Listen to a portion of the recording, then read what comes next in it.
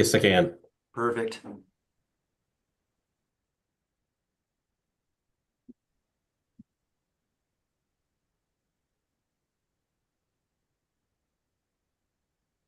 think we're just about there. You want to get your recorder going, Mr. Fenton? Yes, I will start that in Oh. 1 second. When you hear the recording, you should be ready to go.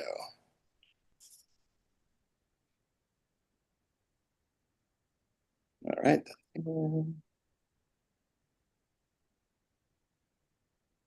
There it is. All right. For the record, it is April 23rd, 2025, 10 o'clock a.m. I'm Bill Alberg's hearing examiner for the city of Lacey this morning, holding an application on a wetland permit and site plan approval for proposed lift station, file number 24-0362. Looks like Mr. Fant will be the staff lead on this one. At the hearing, he'll be the one who will give us an overview of the project. Once he's done, we'll move on to applicant. And Mr. Fant, is there going to be a separate applicant today from you also commenting on the proposal? Yes, Nate Ensley, I believe, is the representative for the applicant. Okay, all right. And after Mr. Ensley's done with his comments, we'll move on to public comments. And so far, do we have any members of the public with us today? So far, it's not. So, okay, all right. Well, but when we do get to that portion of the hearing, of course, I'll ask in case someone has joined us, and they'll have an opportunity to speak. Once we're done with that, the public comments will go back to Mr. Fant to answer questions. The applicant gets final word, and I get 10 business days to issue a final decision. I'm going to share screen real quick here. What you should be seeing in just a second should be the exhibit list that Mr. Fent put as part of his staff report. We got quite a bit of documentation here, a total of 11 documents, including the environmental review, wetland review, critical areas review, the site plans themselves, and that drainage report and an arborist report. Does anyone have any objection over entry of those documents into the record or need to see any of them? If you do, just click on the virtual hand at the bottom of your Zoom screen. Not seeing any takers, I'll go ahead and admit exhibits 1 through 11 and also the staff report itself. So with that, Mr. Fent, let me swear you in. Just raise your right hand. Do you swear affirm to tell the truth, nothing but the truth in this proceeding? I swear. Okay, great. Go ahead. All right, so I do have a presentation. It's no new information. It's just elements from the staff report, but to make it a little bit more concise. So that's all right. I'll share my screen here. All right. There we go. And is that showing up for everyone? Yeah, it's fine. Perfect. All right. So let's see, we'll just do it this way. Diving into it, project aim and background. Mr. Nate Ensley for the City of Lacey Public Works is requesting the approval of a wetland development permit and a site plan review application. They are running concurrently with one another. The proposal is to replace multiple elements of a currently existing wastewater lift station owned by the City of Lacey. The chief elements include a replacement for a single-story control building, emergency backup generator, and multiple buried utility vaults, on-site sewer piping, surface water irrigation, and odor control system. The property is zoned open space institutional with a small portion being urban conservancy. The project site is roughly 7,500 square feet. There are 4 wetlands near the site. No development is proposed within any of the wetlands. However, there is some development proposed within the buffer of Wetland C, hence the wetland development permit. Some history on the site. The site, as it stands as a use for a lift station, I believe was originally approved in 1998 through a conditional use permit, file number CUP 980005. That is the primary reason, seeing as there's no expansion of the conditional use, that we're not seeking a CUP for this, or it's not being required, and rather just the wetland development and the site plan review. Some elements to consider for the application. Comments relating to SEPA were received from Ecology, Orca, and the local tribes. None of these comments that were submitted had actionable items outside of our normal development standards. And so a determination of non-significance was issued, or a DNS.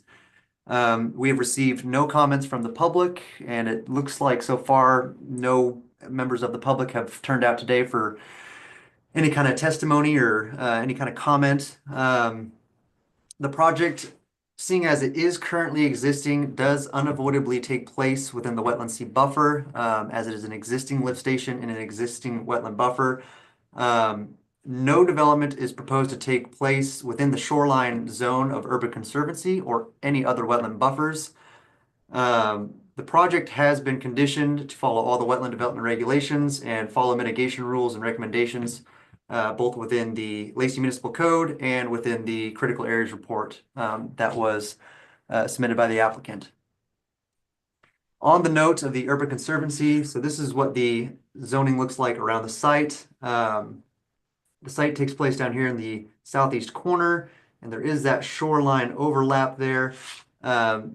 This overlay essentially was put in place and was ran through a shoreline development permit when the original application came in the 98, and I think that was following the 72 master program. And it didn't recognize the wetland itself on the south side of Southwick Lake, and then just put the entire water body as lakefront, and then had that shoreline zoning. However, this can be found in Exhibit 6 in the critical areas report. The actual shoreline buffer is just outside of the project area, and that's why we didn't have it go through a shoreline permit or any shoreline zoning elements. And then this shows some of the other buffers here from wetland A, B, and C, as well as D over here on Southwick Lake on the other side of Ruddle Road. This is the shoreline, this is the wetland buffer, and then the wetland buffer from C that runs through the site. Here's a more detailed call out of that shoreline buffer and where it is in the site. So the overall site plan, here it is. And then this line here represents the actual project area outside of the shoreline setback. The applicant submitted a critical areas report prepared by Great Associates on behalf of Silva Casey LLC to evaluate the presence of these critical areas with adjacent to the project area within a 200-foot radius. As mentioned, the wetlands that were identified were wetlands A, B, C, and D. Wetlands A, B, and C have 60-foot buffers and are Class 3 wetlands. And wetland D was a Category 2 with a 110-foot buffer. Some elements relating to the wetland C buffer on site is the potential adverse impacts of the buffer associated with wetland C will be avoided or by limiting construction activities to the already existing paved areas associated with the lift station property. Stormwater controls will be implemented to prevent the stormwater from entering the wetlands or their buffers. Construction personnel will be prevented from accidentally clearing or entering the wetland buffers outside of the project area through the use of high-vis fencing. To further mitigate any potential impacts on the wetland buffer, the project will restore a section of the current buffer that is currently covered in pavement to restore it's a asphalt path here that's going to be taken out and restored with native vegetation and natural ground cover. And those are the major elements that we have on the project, I guess, in a concise way here. In conclusion, staff does recommend the approval of the wetland development and site plan review permits.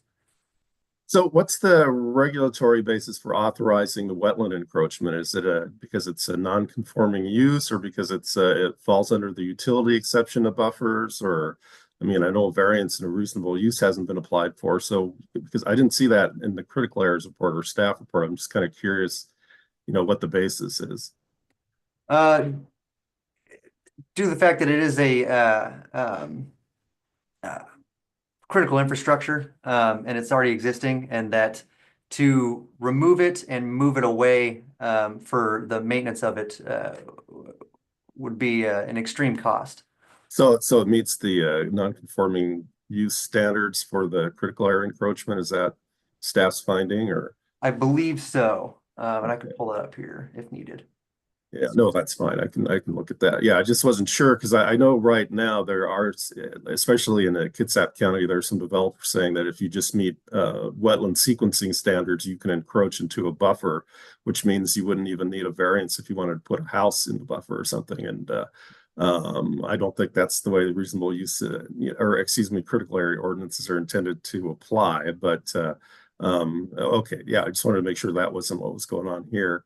The second question is, I mean, one of the applications is site plan review. The staff report doesn't mention anything about site plan criteria or, you know, how it was evaluated. I mean, I know your code. I looked at the code and it's not uncommon. There are a few jurisdictions out there that don't have any express criteria for site plan review. The Lacey code just says has to conform to all applicable standards after a site plan committee review or something. So I just want to confirm that the site plan review committee looked this over, and are you making the determination that it complies with all applicable development standards for this level of review?